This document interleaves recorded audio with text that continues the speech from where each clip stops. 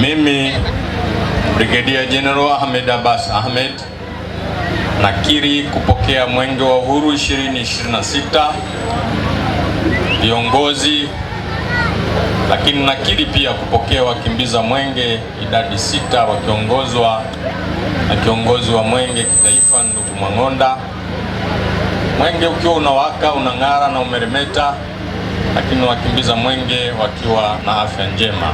Mwenyezi Mungu nisaidie. Ndugu kiongozi wa mbio za Mwenge wa Uhuru, Mwenge wa Uhuru mwaka 2026 ukiwa mkoa wa Ruvuma utakimbizwa katika halmashauri zote 8 kuanzia tarehe 12 hadi tarehe 19 Mei 2026 kwa ujumla wa umbali wa kilomita 1261.30.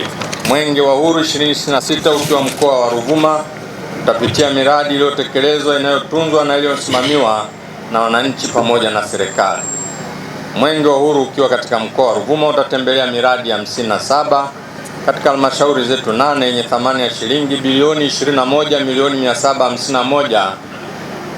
21,751,426,001 na senti 31. Kwa kuzingatia kuwa falsafa ya Mwenge wa Uhuru 2026 imejikita katika kuhamasisha amani na umoja wa kitaifa, misingi hii itazingatiwa vyema muda wote ili kuhakikisha kuwa Mwenge wa Uhuru 2026 unamaliza mbio zake mkoani kwetu ukiwa umedumisha tija hii muhimu kwa taifa letu. Mwenge, wananchi wa mkoa wa Ruvuma tunayo shauku na ari kubwa ya kuupokea na kuukimbiza Mwenge wa Uhuru ili utimize malengo yake. Ninapenda tena kuwakaribisha wakimbiza Mwenge wa Uhuru kwa kitaifa 2026 na wakufunzi wao mkoani Ruvuma. Jisikieni mko nyumbani, na tunawaahidi ushirikiano thabiti kutoka kwangu binafsi kwa viongozi na wananchi wote wa mkoa wa Ruvuma ili shughuli hii iliyotukuka mliokabidhiwa kitaifa muitekeleze kikamilifu. Ni kuahidi kwamba sisi katika wilaya yetu ya Tunduru tutaukimbiza mwenge wetu huu wa uhuru kwa ufanisi mkubwa.